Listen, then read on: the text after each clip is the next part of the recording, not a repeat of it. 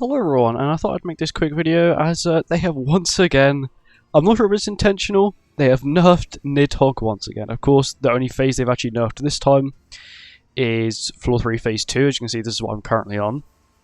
And initially what would happen is, whenever you'd play a skill, after you played the skill the bar would go down. Now that the bar goes down before you play the skill, so what this means is I played this Liz healing skill instead of the bar going to 0. After the skill is played, it goes before. So what this means is that you can actually kill with one less card, which is actually quite nice.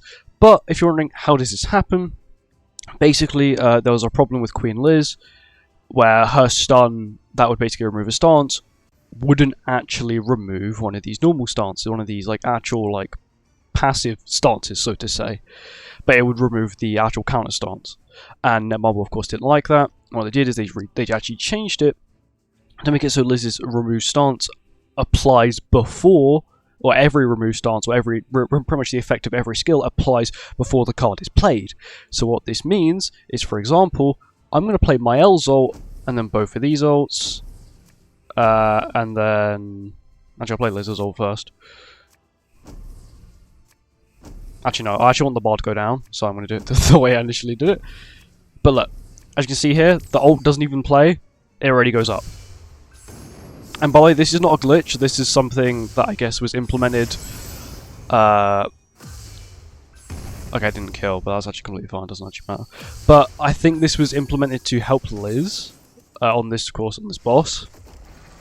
Which, to be honest, is quite... She did actually need help on this boss, the new Queen Liz, because I think they wanted her to be usable not only just in PvP, and then what ended up happening was, of course, you're not going to be able to beat LR Liz, and LR Liz is a seasonal, so maybe they tried to make it so there was less seasonals. That's just my thoughts anyway. Anyway, and then we kill. Like, it makes it much easier, but it can also make it a little bit harder. You do have to think a little bit more now.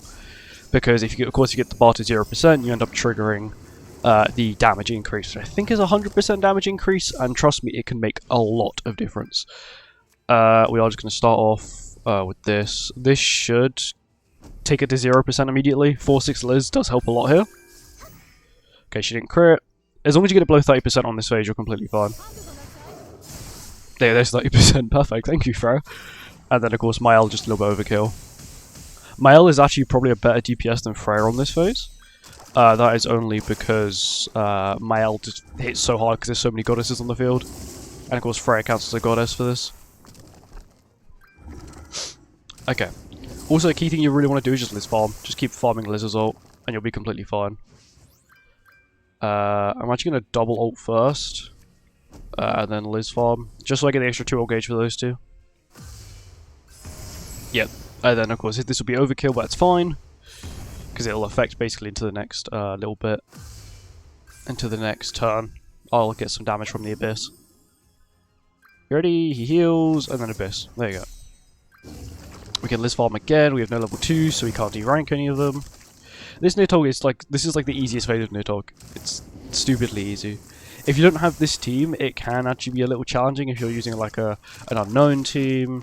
But of course, I'm guessing some of you have probably seen the video of people using like Demon King Melee on it. Demon King Melee is actually quite good for this. So, would I say he's better than this team? No. But he's good. He's good. He's not like horrible. I don't think I even have max Margaret stacks. I have a single Margaret stack. Okay, maybe let me Margaret buff first. And I play these two. And I'll just play this. I basically never use Margaret's passive properly. The only passives I probably really make the most use out of are, of course, Freya's Relic, and then Liz's passive. Because Liz's passive is really useful. So is Margaret as well, but I just use Margaret's passive less. More Abyss damage. Next turn we can kill it.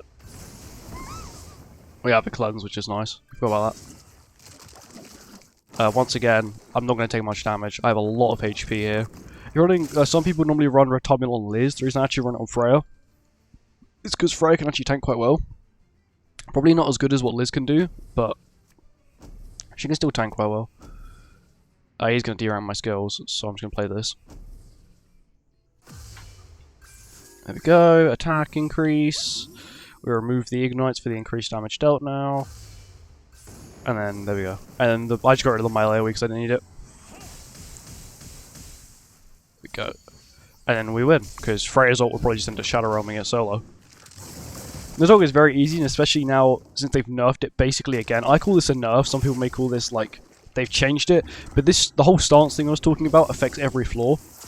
So whenever you play a stance skill, the effect applies beforehand, so you actually get more damage.